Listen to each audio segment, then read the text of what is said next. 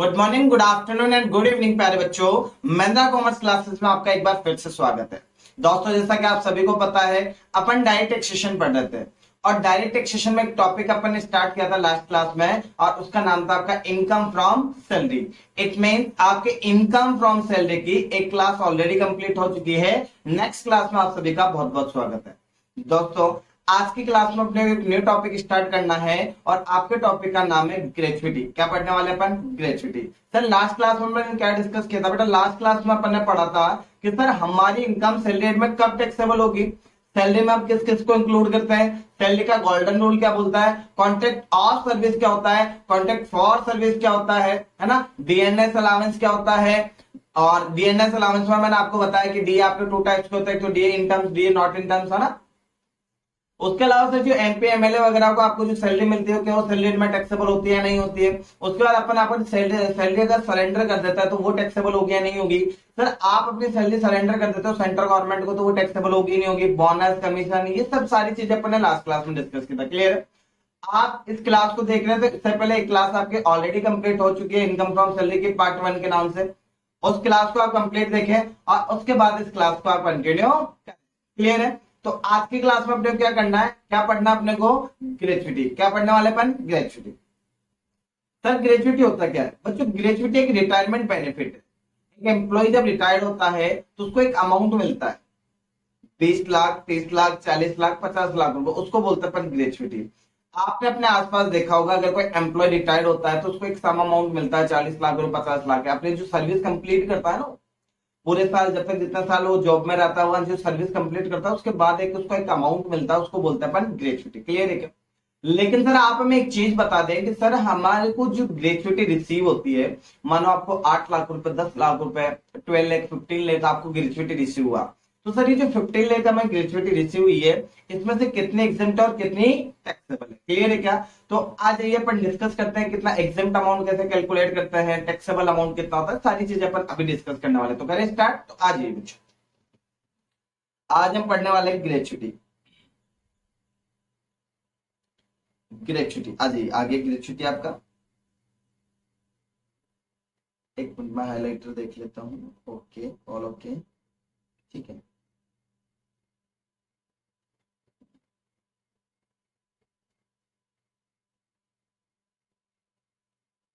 All okay, एक minute एक minute.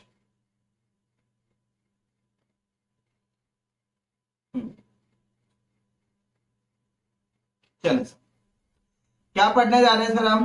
Gratuity. क्या पढ़ रहे हैं अभी अपन? ग्रेचुइटी।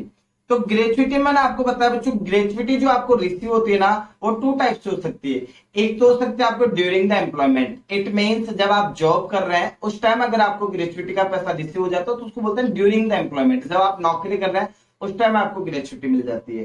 तो सर क्या ट्रीटमेंट होगा? अगर सर हमें ग्रेचुइटी रिसीव होती है eight the time of retirement तो क्या ट्रीटमेंट होगा? तो देखिए आप, हमने लिखा sir gratuity received during the employment. क्या बोला कि सर ग्रेचुइटी रिसीव्ड हुई है, कब हुई है? During the employment. तो आपने लिखा fully taxable for all employ. बोला कि सर आपको ग्रेचुइटी अगर रिसीव हुई है ड्यूरिंग द एम्प्लॉयमेंट तो फुल्ली टैक्सेबल होगी फॉर ऑल एम्प्लॉय के लिए। क्लियर है? चाहे आप गवर्नमेंट एम्प्लॉय हो, चाहे आप प्राइवेट एम्प्लॉय हो, या आप कहीं भी जॉब कर रहे हो, ये सभी के लिए फुल्ली टैक्सेबल होती है। कब? जब आपको ग्रेचुइटी ड्यूरिंग द एम्प्लॉयमेंट मिल जाती है। क्लियर है?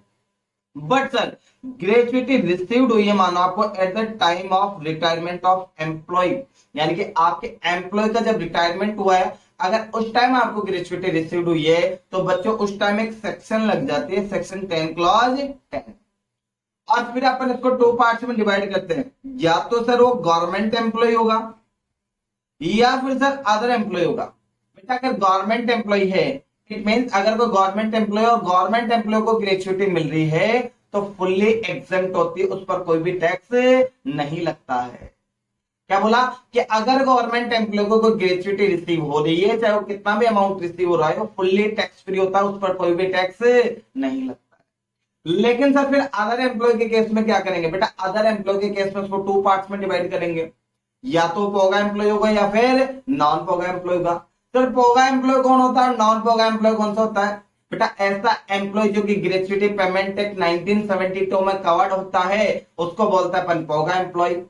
ऐसा एम्प्लॉय जो कि ग्रेच्युटी पेमेंट एक्ट 1972 में कवर्ड नहीं होता है उसको बोला जाता है नॉन पोगा एम्प्लॉय। तो देखिए अपन ने लिखा सर अदर एम्प्लॉय के केस में उसको टू पार्ट में डिवाइड किया। देखो गवर्नमेंट एम्प्लॉय के केस में क्या बोला, फुल्ली टैक्स फ्री होगी। गवर्नमेंट एम्प्लॉय के केस में कोई भी टैक्स लगेगा आपको, जितनी ग्रेच्युटी होगी फुल्ली टैक्स फ्री, उस पर 1 रुपया भी आपका टैक्स नहीं लगेगा। लेकिन सर हम बात करें अदर एम्प्लॉय की, तो अदर एम्प्लॉय के केस में अपन पढ़ा उसको 2 पार्ट्स में डिवाइड करेंगे, या तो सर वो पोगा एम्प्लॉय होगा या फिर नॉन पोगा एम्प्लॉय होगा।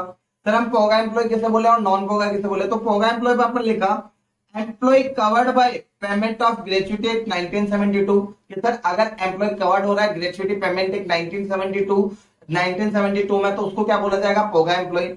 But sir employ do not covered by payment of gratuity act 1972, अगर सर एम्प्लॉय कवर्ड नहीं होता ग्रेच्युटी पेमेंट एक्ट 1972 में तो उसको बोला जाएगा non POGA employ. But sir आप हमें एक चीज बता दें, एग्जेम्प्ट अमाउंट कैसे कैलकुलेट करेंगे। आपने कहा मान लेते हैं 10 लाख रुपए ग्रेच्युटी रिची हुई है, इससे 10 लाख में से कितना एग्जेम्प्ट है वो भी तो हमें कैलकुलेट करना पड़ेगा। तो सर एग्जेम्प्ट अमाउंट अपन कैसे कैलकुलेट करेंगे, तो देखिए आप बोला सबसे पहले अपन बात करें पोगा एम्प्लॉय के केस में हम एग्जेम्प्ट अमाउंट कैसे निकालेंगे। तो एग्जेम्प्ट अमाउंट निकालने के लिए बच्चों मैं आपको 3 कंडीशन बता रहा हूं, इन तीनों कंडीशन में से जो भी लोअर होगा वो एग्जेम्प्ट हो जाएगा और बाकी आपके लिए टैक्सेबल हो जाएगा। सर तीनों कंडीशन कौन कौन सी, तो देखिए कंडीशन नंबर फर्स्ट है आपकी कि आप सबसे पहले ले ले 15/26, क्या लेंगे आप सबसे पहले 15/26, इसको मल्टीप्लाई कर देंगे आप सैलरी पर मंथ से और फिर इसको मल्टीप्लाई कर देंगे number of year of service completion year. It mean सबसे पहले आप लेंगे 15/26, इसको मल्टीप्लाई करेंगे आप सैलरी पर मंथ से और इसको मल्टीप्लाई कर देंगे कि साहब जिस दिन आप रिटायर्ड हो रहे हैं, eight the time of retirement आपको ग्रेच्युटी मिलती है ना, तो जिस दिन आप रिटायर्ड हो रहे हैं उस दिन आपके सर्विस को कितना टाइम कंप्लीट हो गया, कि जिस दिन आप रिटायर हो रहे हैं आपको 20 ईयर हो गए, 25 ईयर हो गया, 30 ईयर हो गया अपने सर्विस को कंप्लीट किया। डन। तो देखिए आप तीनों कंडीशन में कंडीशन नंबर 1 आपको समझ में, कंडीशन नंबर सेकंड है आपका एक्चुअल अमाउंट रिसीव्ड जितना हुआ है वो ले लो आप। जैसे अपन एग्जांपल में ले रहे कि आपको 10 लाख रुपए की ग्रेच्युटी मिली, वो अमाउंट आपको ले लेना और एक ले लेना आपको मैक्सिमम 20 ले। इन तीनों को कैलकुलेट करना है और आपको चेक करना है कि तीनों में से लोअर कौन है। इन तीनों में से जो भी लोअर होगा वो आपके लिए एग्जेम्प्ट होगा और बाकी टैक्सेबल हो जाएगा। क्लियर है क्या, आगे देखें। बट सर एक चीज बताएं, नॉन पोगा एम्प्लॉय के केस में एग्जेम्प्ट अमाउंट कैसे कैलकुलेट होगा। मेरे प्यारे बच्चे इसमें भी आपकी 3 कंडीशन है, इन तीनों कंडीशन में से जो भी लोअर आएगा वो एग्जेम्प्ट हो जाएगा और बाकी टैक्सेबल हो जाएगा। यहां पर कंडीशन नंबर 1 है आपकी, सबसे पहले आप ले लें 1.5, मल्टीप्लाई कर दे आप एवरेज सैलरी से, मल्टीप्लाई कर दे number of year of service completion year. दूसरा दोनों में, बाकी दोनों कंडीशन सेम है दोनों में, पोगा एम्प्लॉय या नॉन पोगा, एक्चुअल अमाउंट रिसीव्ड और कंडीशन नंबर 3 है आपके मैक्सिमम 20 लाख। इन तीनों में से जो भी लोअर होगा, लोअर क्या हो जाएगा आपके लिए एग्जेम्प्ट हो जाएगा, बाकी टैक्सेबल हो जाएगा। क्लियर है क्या, मैंने क्या बोला। पोगा एम्प्लॉय के केस में अपन एग्जेम्प्ट अमाउंट कैसे कैलकुलेट करेंगे, बोले सब 3 कंडीशन है, इन तीनों कंडीशन में से जो भी लोअर हो वो एग्जेम्प्ट होगा। पोगा एम्प्लॉय के केस में 3 कंडीशन कौन कौन सी है, सबसे पहले बोला कि आप ले ले 15/26, मल्टीप्लाई करते हैं आप सैलरी पर मंथ से, मल्टीप्लाई करते हैं आप कंप्लीशन ईयर एंड पार्ट की, आपको जो सर्विस करते हुए कितना टाइम कंप्लीट हो गया। दूसरा एक्चुअल अमाउंट जो आपको रिसीव हुआ है वो ले ले और मैक्सिमम ले ले आप 20 लाख। इन तीनों में से जो भी लोअर होगा वो एग्जेम्प्ट हो जाएगा। But sir non POGA employ के केस में अपन कैसे कैलकुलेट करेंगे, तो मेरे प्यारे बच्चे नॉन पोगा एम्प्लॉय के केस में भी आपको क्या करना है, सबसे पहले कंडीशन नंबर 1 में आपको लेना है 1.5 multiply by average salary per month, multiply कर देना completed year and part. Condition number second और थर्ड दोनों में कॉमन होगी, दोनों में सेम होगी, एक्चुअल अमाउंट रिसीव और मैक्सिमम 20 लाख। इन तीनों में से जो भी लोअर होगा वो क्या हो जाएगा आपके लिए एग्जेम्प्ट हो जाएगा और बाकी टैक्सेबल हो जाएगा। क्लियर है क्या, आगे चले। बट सर आप हमें एक चीज बता दें कि आपने कहा कि सबसे पहले आप 15/26 ले, मल्टीप्लाई कर देना आप सैलरी पर मंथ से। आप हमें एक चीज बता दें सर, सैलरी पर मंथ जब हम कैलकुलेट करेंगे तो उसमें किस किस को इंक्लूड करना है, तो सैलरी पर मंथ में क्या क्या इंक्लूड होगा। देखिए हम तो अपने लिखा salary include for POGA employ, sir POGA employ के केस में आप जो सैलरी पर मंथ निकालेंगे उसमें किस किस को इंक्लूड करेंगे। तो सबसे पहले बोला आप अपना बेसिक पे ले लो, बेसिक पे आपको क्वेश्चन में गिवन होगा, बेसिक पे ले ले। दूसरा ले ले आप अपना डीए, डीए कौन सा, सर डीए तो अपने 2 पढ़े, एक तो पढ़ा अपने डीए इन टर्म्स और डीए नॉट इन टर्म्स। तो सर यहां पे कौन सा लेना है, डी इन टर्म्स लेना है, डी नॉट इन टर्म्स लेना है? बच्चों यहां पर लेना बहुत, क्या बोला, यहाँ पे बहुत लेना है, इनके पूरा पूरा डीए ले लेना है, चाहे वो इन टर्म्स हो चाहे नॉट इन टर्म्स हो, कंप्लीट बहुत लेना है। अगर आप बेसिक पे और डीए को दोनों को टोटल कर देंगे तो आपके पास सैलरी पर मंथ आ जाएगी। बच्चों प्रोविजन बहुत अच्छे से समझना, अभी इसके क्वेश्चन करेंगे तो आपके बहुत काम आएगा। क्लियर है, आगे चले। उसके बाद सर अपन ने बात की salary include for non POGA employ. Sir POGA employ के केस में आपने बता दिया, सबसे पहले बेसिक पे ले ले और डीए ले ले, दोनों का टोटल कर ले, सैलरी पर मंथ आ जाएगी। But sir non POGA employ के केस में भी तो अपने को एवरेज सैलरी पर मंथ निकाल रही है, तो sir average salary per month जब आप निकालेंगे तो उसमें किस किस को इंक्लूड करेंगे? तो सबसे पहले ले लें आप average basic salary of last 10 month. पिछले 10 मंथ के आपको क्या ले लेने, एवरेज बेसिक सैलरी। उसके बाद सेकंड नंबर पे आपको लेना है एवरेज डीए लेना है। डीए कौन सा, इन टर्म्स है नॉट इन टर्म्स? तो यहां पर लेना है बच्चों in terms of last 10 month. उसके बाद लिखा आपने condition number 3, average turnover commission लेना आपको लास्ट 10 मंथ का। और उसके बाद आपको यहाँ पे बोला कि excluding month of retirement, month of retirement को आपको एक्सक्लूडिंग कर लेना, उसको आपको यहाँ पर कंसिडर नहीं करना है। तो कैसे समझ में आया, तो ऐसे देखा, जैसा आपने चेक किया कि आप जिस दिन रिटायर्ड हुए उस दिन आपकी सर्विस को जो टाइम कंप्लीट हुआ है वो है 20 ईयर 6 मंथ। क्या बोला, 20 ईयर 6 मंथ कंप्लीट हो गया। तो बोले कि जो ऊपर वाले 6 मंथ है ना, इसको आपको एक्सक्लूड करना है, इसको आपको यहाँ पर कंसिडर नहीं करना। क्लियर है क्या, आगे चले। अब बच्चों कुछ नोट्स है, इन नोट्स को बड़े ध्यान से समझना आप, और उसके बाद अपन क्वेश्चन करेंगे, ठीक है? तो देखिए नोट नंबर 1 क्या बोलता है, बोला sir if gratuity received from more than 1 employ, कि सर अगर आपको ग्रेचुइटी रिसीव होती है एक से ज्यादा एम्प्लॉय से in same previous year, then maximum exemption can be claim is 20 lakh. क्या बोला सर, दोबारा समझा। बोला सर आपने कहा कि सर एग्जाम अमाउंट निकालने के लिए आप करो 15/26 multiply by salary per month multiply by the completed year in part, और फिर बोला एक्चुअल अमाउंट रिसीव्ड, और एक बोला सर आप मैक्सिमम 20 लाख लगे। तो सर मेरे माइंड में एक क्वेश्चन आता है कि आपने कहा जो मैक्सिमम लिमिट है वो 20 लाख है, बट सर मैं आपसे एक चीज पूछ रहा हूं कि मानो जो मुझे ग्रेचुइटी रिसीव्ड हुई है ना वो एक से ज्यादा एम्प्लॉयर से रिसीव्ड हुई है, मुझे जो ग्रेचुइटी रिसीव्ड हुई एक से ज्यादा एम्प्लॉयर से रिसीव हुई है, तो सर ये जो 20 लाख की लिमिट है, जैसे एक से ज्यादा एम्प्लॉय से, मानो आपको 2 एम्प्लॉयर से ग्रेचुइटी रिसीव्ड हुई है, तो सर ये जो 20 लाख की लिमिट है 20 करके 40 लाख हो जाएगी, 20 लाख की रहेगी। तो जवाब है बच्चों कितनी रहेगी, 20 लाख। बोला कि अगर आपको सेम प्रीवियस ईयर में एक से ज्यादा एम्प्लॉय से अगर आपको ग्रेचुइटी रिसीव्ड होती है तो भी इसकी जो मैक्सिमम लिमिट है आपकी 20 लाख ही रहने वाली है। क्लियर है क्या, अगला पॉइंट पढ़े आप। अगला नोट क्या बोलता है, बोला in case of POGA employ, POGA employ के केस में बोला in case of POGA employ if fraction of month is more than 6 month then it should be round off. बोला आपकी जो फ्रैक्शन है वो मोर देन 6 मंथ होते हैं, 6 मंथ से ज्यादा होती है तो आपको उसको क्या कर देना है, राउंड ऑफ करना है। क्लियर है, कैसे, जैसे एग्जांपल से समझो आप, 6 मंथ में राउंड ऑफ करना है, ध्यान रखना आपने क्या बोला कि उसको 6 मंथ में राउंड ऑफ करना है। कैसे करना है, तो देखिए आप, बोला सबसे पहले आपने यहाँ पे लिखा 26 ईयर 7 मंथ। मैं आपसे पूछ रहा हूं कि सर जी आपने क्या लिखा है 26 ईयर 7 मंथ, 7 मंथ 6 मंथ से ज्यादा है क्या, यस और नॉट? तो ज्यादा, तो ऑब्वियसली ज्यादा ही है। और अगर ज्यादा है तो यहाँ पे लिख देंगे 27 ईयर, जैसे यहाँ पे 26 था तो यहाँ पे कितना है 27, लेकिन ये 6 मंथ से कम रहेगा तो फिर ये 26 से रहेगा, और अगर सर 6 मंथ हुआ तो भी 26। तो देखिए यहाँ पर आपने लिखा 26 ईयर 4 मंथ, 6 मंथ से कम है तो यहाँ पर कितना लिखेंगे 26 ईयर।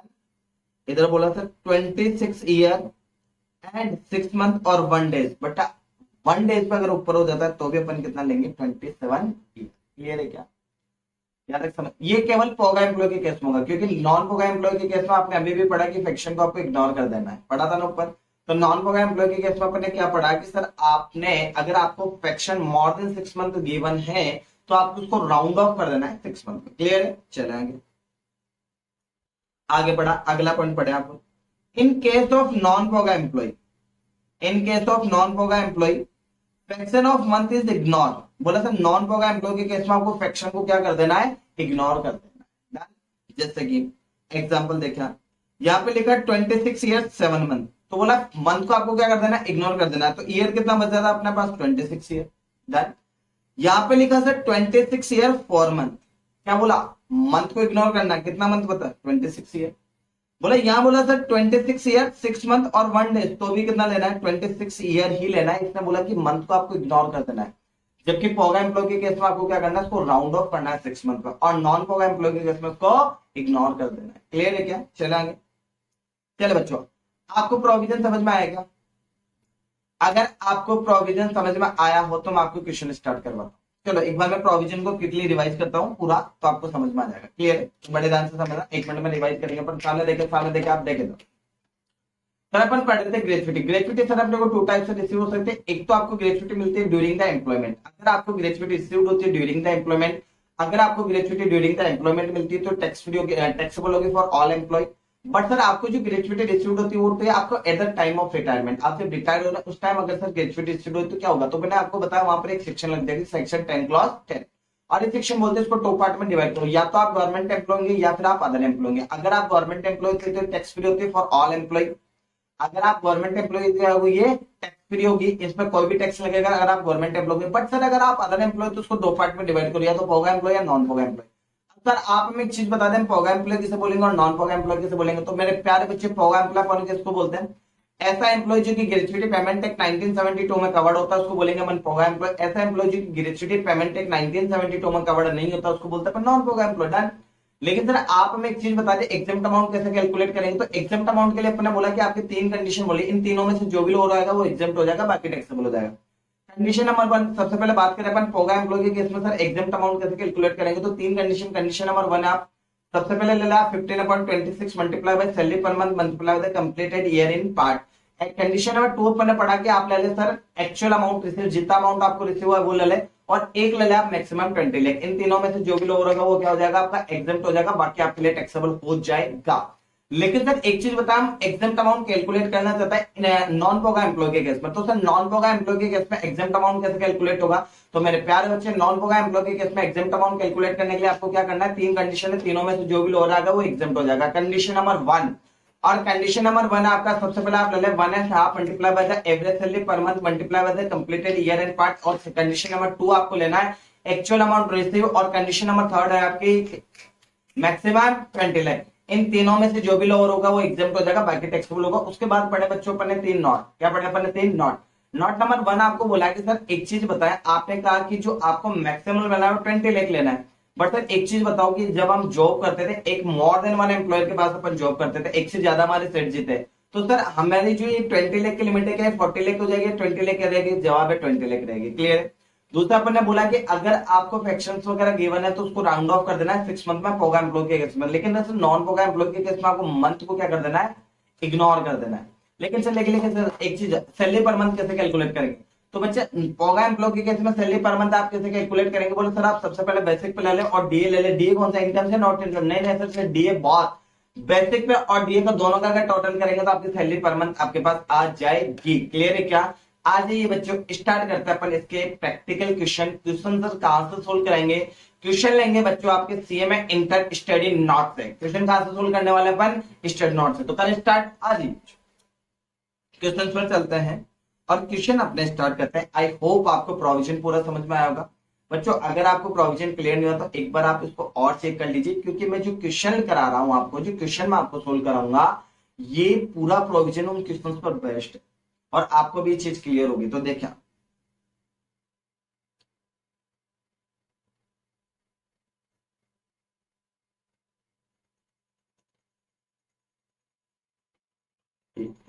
ये देखो बच्चों, ग्रेचुइटी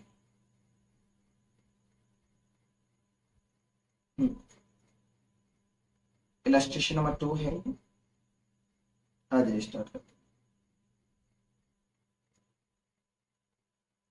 हाईलाइटर ठीक है तो ओके।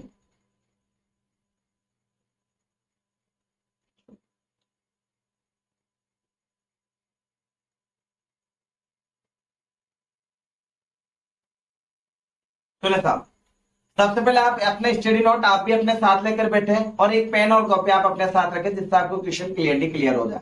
क्लियरली समझ में आ जाए, सॉरी चला कैन स्टार्ट।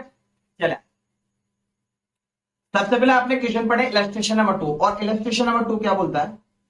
बोला sir Ashok an employ, Ashok क्या एक एम्प्लॉय है, काम पर। Ashok an Ashok an employ of ABC limited, बच्चा एक एबीसी लिमिटेड कंपनी है, वहां पर अशोक एक एम्प्लॉय है, ठीक है सर।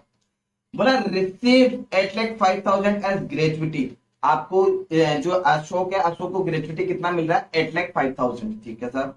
उसके बाद बोला अंडर द पेमेंट ऑफ ग्रेजुइटी 1972, क्या सर ये होगा एम्प्लॉय हो क्या? ये अंडर आता है ग्रेजुइटी पेमेंट एक्ट 1972 में, क्या ये होगा एम्प्लॉय? यस और नॉट? यस सर ये होगा एम्प्लॉय। आगे बोला ही रिटायर्ड ऑन 10th सितंबर 2022, इस साल जो हमारे अशोक भैया है, अशोक भैया रिटायर्ड कब हुआ है? 10th सितंबर 2022, क्लियर है। आगे बोला after rending of service 35 year और 7 मंथ, इनकी जो सर्विस कंप्लीट हुई है वो कितने की ईयर की हो गई? 35 ईयर और 7 मंथ, ठीक है सर। बोला the last drawn salary was 32,700 per month, calculate the amount of gratuity chargeable to tax, आपको ग्रेच्युटी का अमाउंट कैलकुलेट करना है कि टैक्स के लिए कितने चार्जेबल होगी। बच्चा आपने भाई पढ़ा कि सैलरी पर मंथ में अपन क्या क्या लेते हैं? एक तो बेसिक पे लेते हैं और एक डीए लेते हैं बहुत, बट आपको आज लेने की जरूरत नहीं है सैलरी पर मंथ। देखो इसमें सैलरी पर मंथ निकाल कर दी है 32,700 आपको सैलरी पर मंथ दी, तो फिर तो बहुत ईजी है। अच्छा सबसे पहले आप मुझे बताओ क्या है पोगा एम्प्लॉय? ये क्या है पोगा एम्प्लॉय? तो अपन क्या कैलकुलेट कर रहे हैं सर? ग्रेच्युटी कैलकुलेट कर रहे हैं। आ जाइए ग्रेच्युटी कैलकुलेट कर,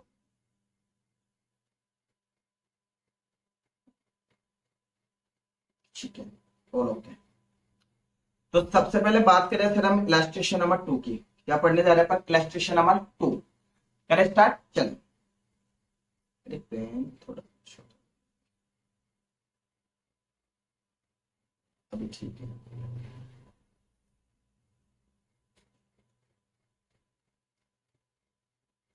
तो सबसे पहले मैंने लिखा बच्चों, आपको सबसे पहले लिखना है ग्रेच्युटी रिसीव्ड कितनी हुई। क्या लिखना है आपको? ग्रेच्युटी रिसीव्ड ज्यादा, ग्रेच्युटी रिसीव्ड कितनी? तो सर हमें ग्रेच्युटी रिसीव हुई 8,05,000, 8,05,000 आपको किसके मिले? ग्रेच्युटी के। इसमें से लेस कर देंगे, लेस एग्जेम्प्ट कितना होगा? एग्जेम्प्ट अमाउंट भी लिख सकता है, डायरेक्ट भी लिख सकते हैं। तो आपके पास क्या आ जाएगी? Taxable gratuity. टैक्सेबल ग्रेच्युटी मैंने क्या बोला कि आपकी जितनी ग्रेच्युटी रिसीव हुई है वो ले लो। आपकी ग्रेच्युटी कितनी रिसीव हुई? 8,05,000। इसमें से जितना एग्जाम्प्ट अमाउंट है वो लेस कर देंगे, तो आपके पास क्या आ जाएगी? Taxable gratuity. सर अपन अभी अभी सीखा अपन एग्जाम्प्ट अमाउंट कैसे निकालेंगे, एग्जाम्प्ट अमाउंट कैसे कैलकुलेट करना है? कब? होगा एम्प्लॉय के केस, होगा एम्प्लॉय के केस, होगा एम्प्लॉय के केस में सर एग्जाम्प्ट अमाउंट कैसे कैलकुलेट करेंगे। तो इसमें अपन ने पढ़ा कि आपके 3 कंडीशन, इन तीनों में से जो भी लोग रहेगा वो एग्जाम्प्ट हो जाए। देखो कंडीशन, 3 कंडीशन कौन कौन सी थी? कंडीशन नंबर 1 है आपकी, आप सबसे पहले ले ले 15/26 मल्टीप्लाई कर दे आप सैलरी पर मंथ से, मल्टीप्लाई कर देंगे आप किससे? कंप्लीटेड ईयर एंड पार्ट का है, सर्विस को कितना है, तो मैं शॉर्ट में लिख रहा हूं completed year and part. Done. Condition number second थी सर हमारी, कंडीशन नंबर 2 है, कंडीशन नंबर 2 में ले ले आप एक्चुअल अमाउंट रिसीव, कि सर आपको एक्चुअल में अमाउंट कितना रिसीव हुआ। डन। और कंडीशन नंबर 3 है आपकी, कंडीशन नंबर 3 में ले ले आप मैक्सिमम 20 डे। डन। इन तीनों को अपन कैलकुलेट करता है और तीनों में से जो भी लोअर होगा वो एग्जाम्प्ट हो जाएगा। इधर आ जाए, एक्चुअल अमाउंट कितना रिसीव हुआ इनको? 8,05,000। तो अपने लिखा सर यहाँ पे एक्चुअल अमाउंट जिनको मिला ये मिले सर इनको 8,05,000, मैक्सिमम 20 लाख सेम रहेंगे। आपने को कैलकुलेट क्या करना है? फर्स्ट वाली कंडीशन। मैं एक बार इसमें पेन चेंज करता हूँ ताकि आपको थोड़ा क्लियरली दिखे। कौन सा रेड पेन ले लेते हैं, देखिए देखो 15/26 सेम ऐसा कैसा आ जाएगा, इसमें कोई चेंजेस करना ही है, 15/26 आ जाएगा। मल्टीप्लाई कर देना आपको सैलरी पर मंथ से, तो अपने को सैलरी पर मंथ आज क्वेश्चन में गिवन है। वैसे अगर आपको सैलरी पर मंथ निकालनी होती तो सैलरी पर मंथ आप कैसे निकालते? बोले सर आपको जो बेसिक पे क्वेश्चन में गिवन होगा बेसिक पे ले लें, उसके बाद आपको डीए ले लेना, बोथ डीए इन टर्म्स और डीए नॉट इन टर्म्स दोनों ले लेने थे, ठीक है। तो सैलरी पर मंथ आपको क्वेश्चन में गिवन है, एक बार चेक कर लेते हैं कितनी थी। बच्चा सैलरी पर मंथ आपका 32,700 लिख देते हैं इसको सीधा। तो अपन ने लिखा सर यहाँ पे 32,700 मल्टीप्लाई कर देना है कंप्लीटेड ईयर एंड पार्ट। इनका जो कितने ईयर कंप्लीट हो गए, इनको ईयर कंप्लीट हो गए सर 35 ईयर एंड 7 मंथ। तो क्या अपन इसको 36 लिख सकते हैं, क्योंकि पोगा एम्प्लॉय के केस में, पोगा एम्प्लॉय के केस में अपन ने क्या पढ़ा था कि अगर आपका मोर देन 6 मंथ होता है उसको राउंड ऑफ कर लेना। आपको भी दिया 35 ईयर 7 मंथ, क्या इसको अपन 36 लिख सकते हैं? जी हाँ सर लिख सकते हैं। तो अपन ने इसको मल्टीप्लाई कर दिया 36 से। आ जाओ इसको कैलकुलेट कर लेते हैं अपन, इसको कैलकुलेट कर लेते हैं कैलकुलेटर में।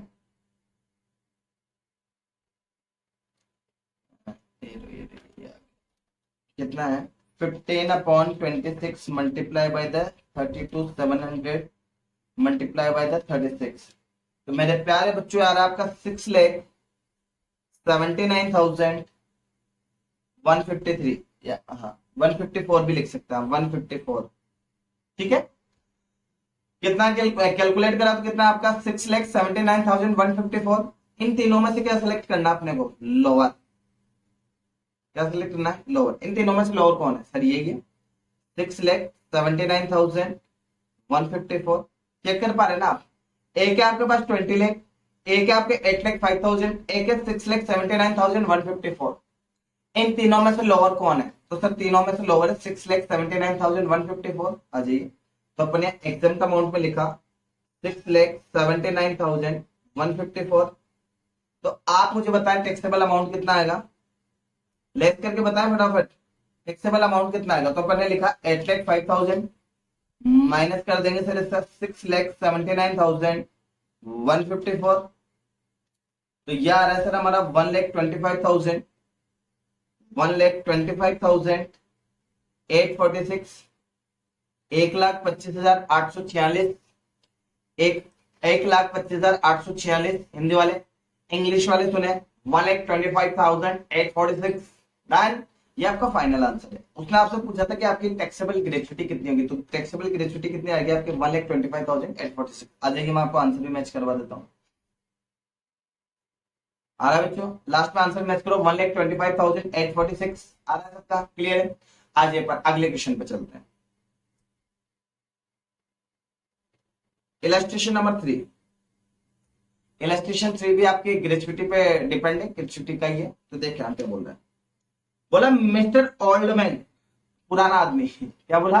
ओल्डमैन एक पुराना आदमी है। बोला sir mister Oldman retired from his job after 29 year 6 month. Mister Oldman अपनी जॉब से रिटायर्ड हुए, कितने साल की सर्विस कंप्लीट की इन्होंने? 29 ईयर 6 मंथ। आगे बोला and 15 days of service on 17 December 2022 and received gratuity amounting 4 lakh. इनको ग्रेच्युटी कितनी मिली है सर? 4 लाख की इनको ग्रेच्युटी मिली है, ठीक है।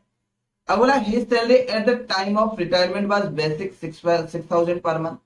बोला सर जिस टाइम रिटायर्ड हुए हैं उस दिन इनका जो बेसिक सैलरी थी, बेसिक सैलरी कितनी थी इनकी?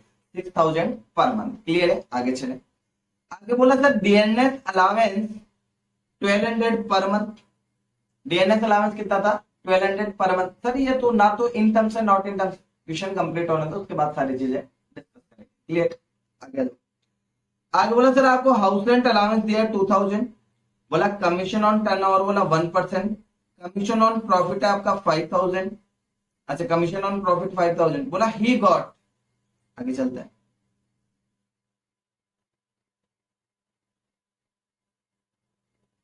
बोला he got an increment 1 April 2022। Okay okay okay okay, कितने का? 1,000 पर मंथ इन बेसिक। बोला सर 1 अप्रैल 2022 से इनकी सैलरी बढ़ जाएगी।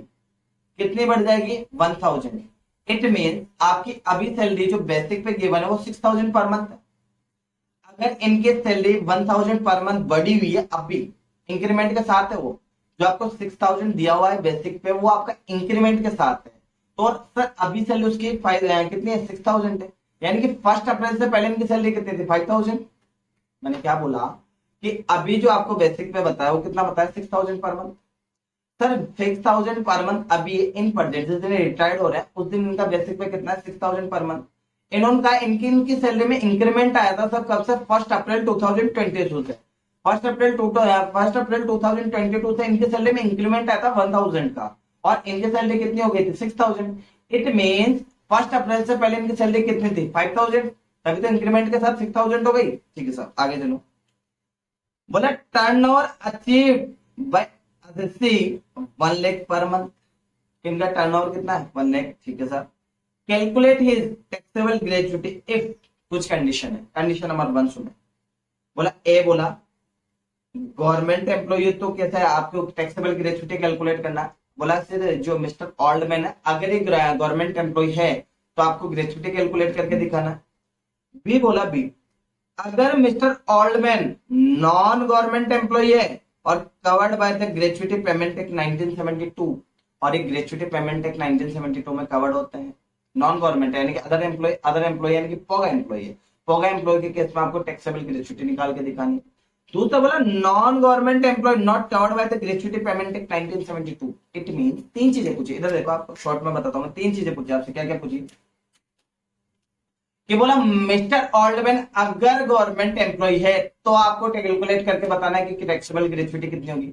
बोला सर मिस्टर ऑल्डमैन अगर पोगा एम्प्लॉय है तो आपको कैलकुलेट करके बताना है कि टैक्सेबल ग्रेजुटी कितनी होगी। अगर मिस्टर ऑल्डमैन नॉन पोगा एम्प्लॉय है तो आपको कैलकुलेट करके बताना है कि टैक्सेबल ग्रेजुटी कितनी होगी। Very easy. देखो गवर्नमेंट एम्प्लॉय तो आपके लिए होमवर्क छोड़ देता है क्योंकि गवर्नमेंट एम्प्लॉय के केस में अपन ने क्या पढ़ा था tax free for all employ. बोला ग्रेजुटी अगर गवर्नमेंट एम्प्लॉय को रिसीव होती है तो टैक्स फ्री होती है ना, उस पर तो टैक्स लगता ही नहीं है। टैक्स किस पे लगता है पोगा और नॉन पोगा।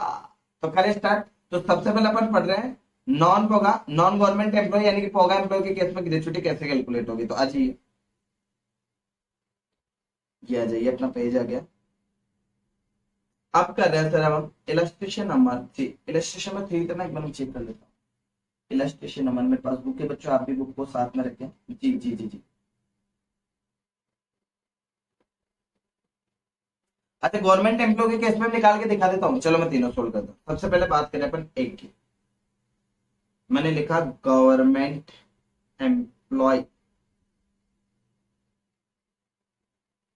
सर गवर्नमेंट एम्प्लॉय के केस में तो गवर्नमेंट एम्प्लॉय के केस में अपन क्या करेंगे सबसे पहले लेना है आपको ग्रेजुटी रिसीव्ड कितनी हुई। ग्रेजुटी रिसीव्ड कितनी हुई बोलो 4 लाख।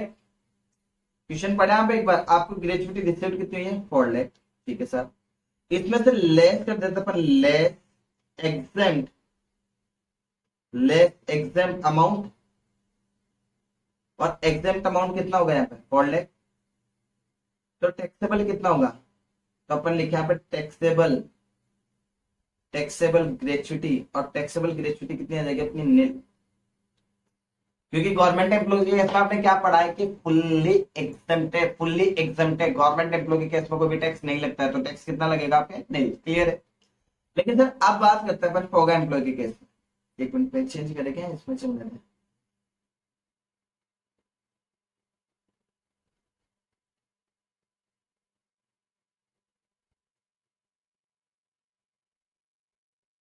लेकिन पेज देखिए ये लो लाइनिंग वाला ले लेते अपन पेज वापस। अच्छा अगले पेज पे ले लेते हैं। या आ नहीं पाएगा अगले पेज पे ले लेते हैं। बी में बात करते हैं अपन क्या हुआ।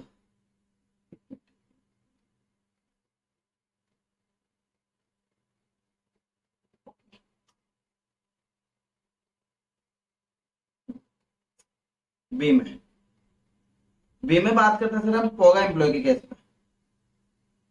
पोगा एम्प्लॉय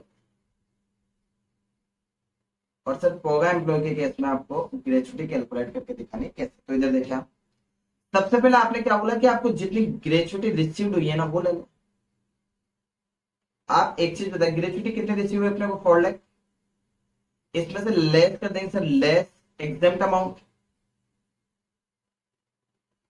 जो भी आएगा तो आपके पास क्या आ जाएगी taxable gratuity.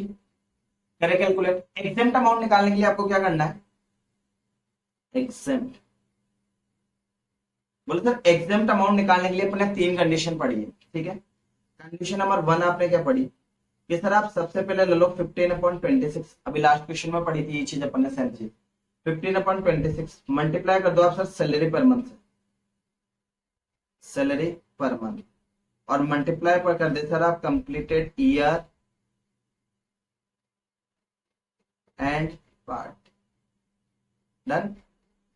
Condition number second कि सर आप ले लें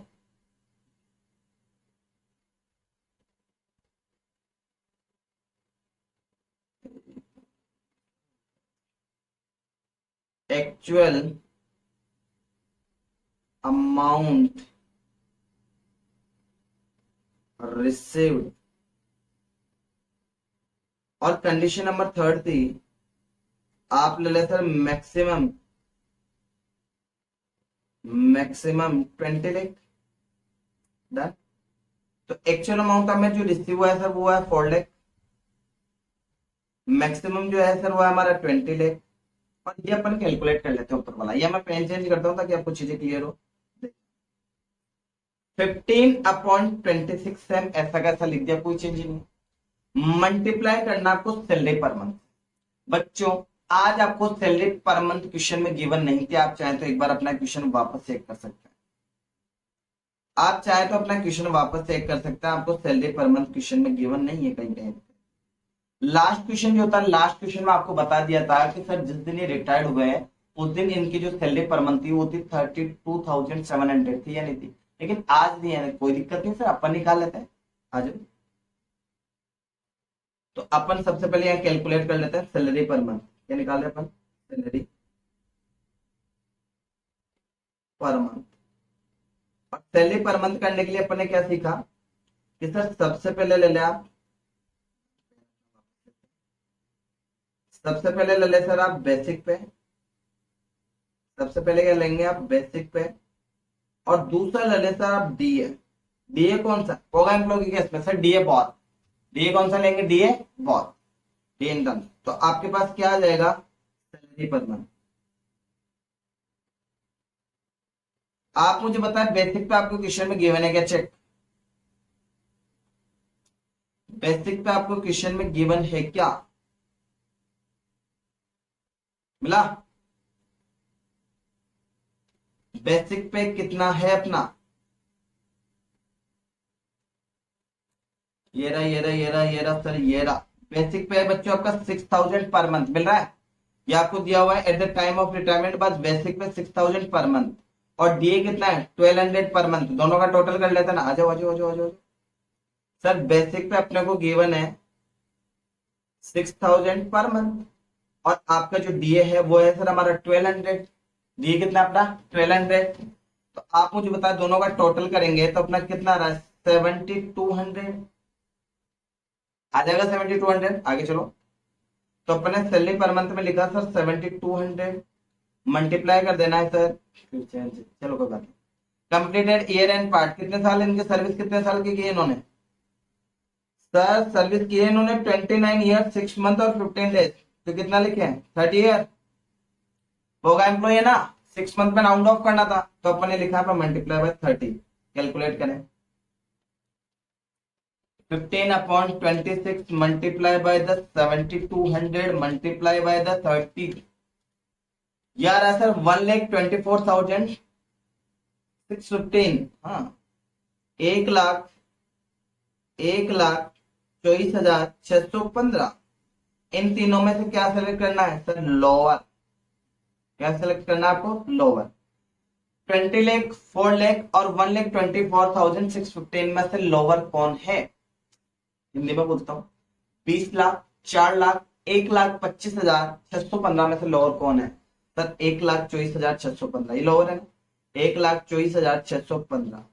लोअर क्या होता है, एग्जेम्प्ट होता है, तो अपन ने लिखा सर यहाँ पे 1,24,615, सर 4 लाख में से लेस कर देंगे अपन 4 लाख, माइनस कर देंगे सर 1,24,615, तो हमारे पास हमारा आंसर आ रहा है सर 2,75,385, 2,75,385, आ जाइए आंसर मैच कर लेते हैं।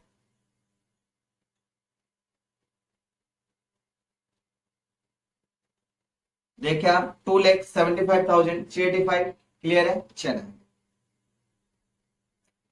अगला क्वेश्चन में सर अपन बात करते हैं नॉन पोगा एम्प्लॉय के केस में। अगला बेटा अपन बात करता है नॉन पोगा एम्प्लॉय के केस में सर टैक्सेबल ग्रेच्युटी हम कैसे कैलकुलेट करेंगे। तो देखें किसकी बात कर रहे हैं अपन, एक minute. Non POGA employ, non POGA employ में क्या करता है, तो अपन ने लिखा non POGA, non POGA employ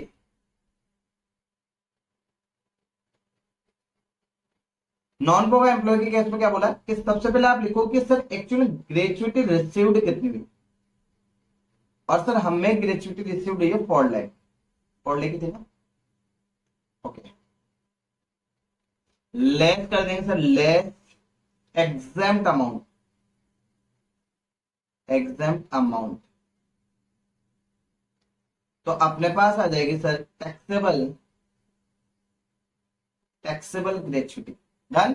चलो देखिए अब सर एग्जाम्प्ट अमाउंट निकालने के लिए अपने को क्या करना है, एग्जाम्प्ट, एग्जाम्प्ट अमाउंट निकालने के लिए अपनी वही 3 कंडीशन, इन तीनों में से जो भी लोअर होगा वो क्या हो जाएगा, एग्जाम्प्ट हो जाएगा और बाकी टैक्सेबल हो जाएगा। 3 कंडीशन कौन कौन सी है।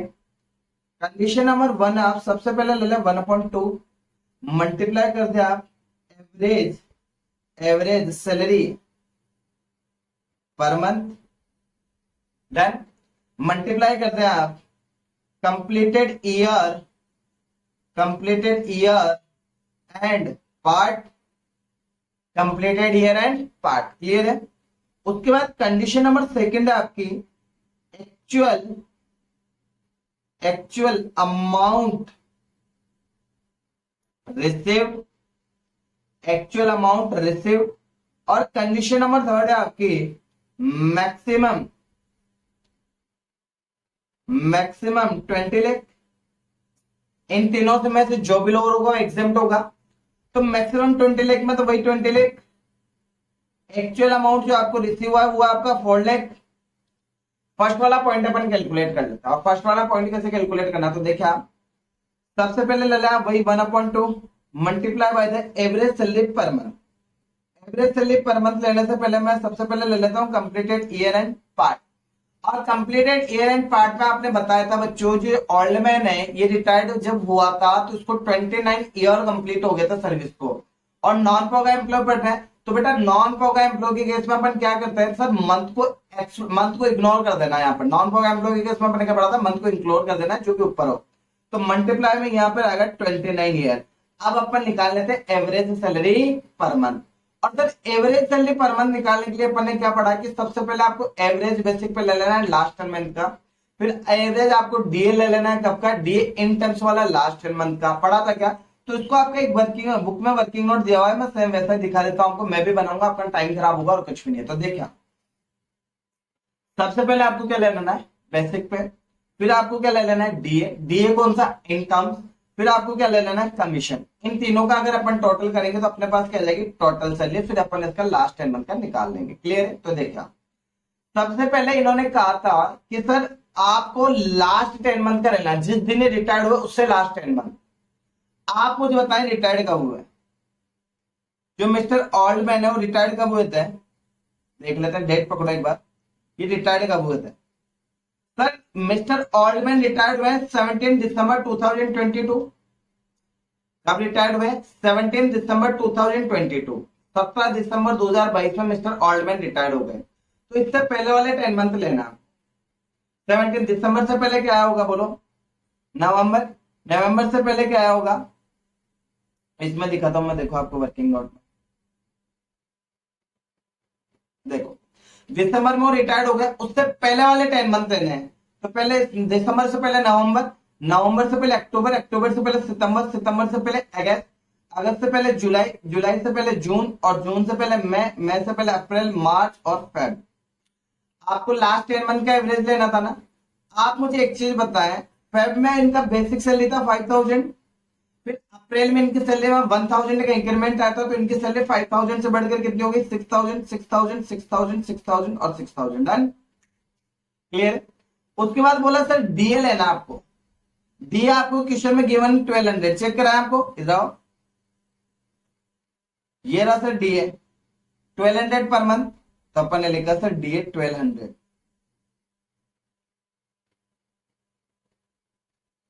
तो डीए में अपन ने लिखा 1200, 1200, 12, 12, 12, 12, 12 साल में, क्लियर है। और उसके बाद कमीशन बोला इन्होंने 1%, कमीशन यहाँ पे आपको टर्नओवर वाला नहीं था, इनका टोटल जो टर्नओवर है वो 1 लाख है, और 1 लाख का कितना लेना आपको 10% लेना, तो सर 1 लाख का 10% कितना आ जाएगा 1000, 1000। मैं इसको लिख भी देता हूँ यहाँ से, मैं यहाँ पे इसको लिख भी देता हूँ ताकि आपको याद रहे। ये 1000 कैसा है, ये है सर 1 लाख का, 1 लाख का 10%, ठीक है, क्योंकि सर इन्होंने टर्नओवर कमीशन लेना, टर्नओवर बोला इनका 10% है, क्लियर। आगे चले, आगे 1000, 1000, 1000। अगर सर इन सबका अगर बेसिक पे का अपन टोटल करते तो अपने पास आ रहा है 58,000। अगर सर हम डीए का टोटल करते तो हमारे पास आ रहा है 12,000, और सर हम कमीशन का टोटल करते तो हमारे पास आ रहा है 10,000, और इन तीनों का टोटल करते तो अपने पास आ रहा है 80,000 टोटल आ रहा है।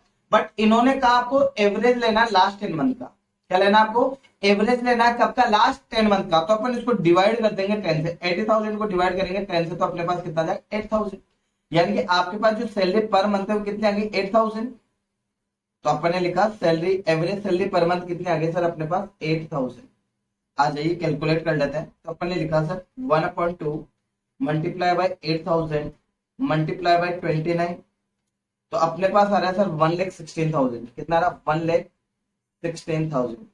अपन ने क्या पढ़ा, इन तीनों में से आपको क्या लेना है ना, लोअर। आप मुझे बताओ, एक तो आपको 1,16,000, एक है आपके पास 4 लाख, और एक है आपके पास 20 लाख। इन तीनों में से लोअर कौन है, इन तीनों में से लोअर है 1,16,000। तो 1,16,000 आपके लिए एग्जेम्प्ट हो जाएगा और बाकी आपके लिए टैक्सेबल हो जाएगा। तो अपन ने लिखा एग्जेम्प्ट अमाउंट 1,16,000।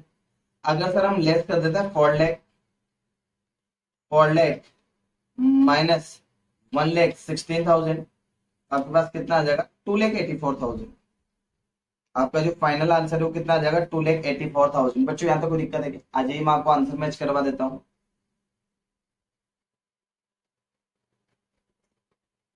ये लो 2,84,000, क्लियर है बच्चों। क्या आपको ग्रेजुएटी का प्रोविजन समझ में आया, क्या आपको ग्रेजुएटी के क्वेश्चन समझ में आए। आई होप, मैं उम्मीद करता हूं कि आपको क्वेश्चन और प्रोविजन दोनों समझ में आएंगे। अगर बच्चों आपको कोई भी चीज इसमें से समझ में नहीं आए तो आप हमें कमेंट कर सकते हैं, कमेंट सेक्शन में आप हमें कमेंट कर सकते हैं, हम आपकी हर बातों का जवाब देंगे, क्लियर है। आज के लिए बच्चों इतना ही। नेक्स्ट क्लास में अपन एक नया प्रोविजन पढ़ेंगे, पेंशन वगैरह जो भी नया प्रोविजन होगा, न्यू प्रोविजन पढ़ेंगे और उनके क्वेश्चंस को जो है अपन सोल्व करेंगे। आज के लिए बाबा टाटा, गुड बाय।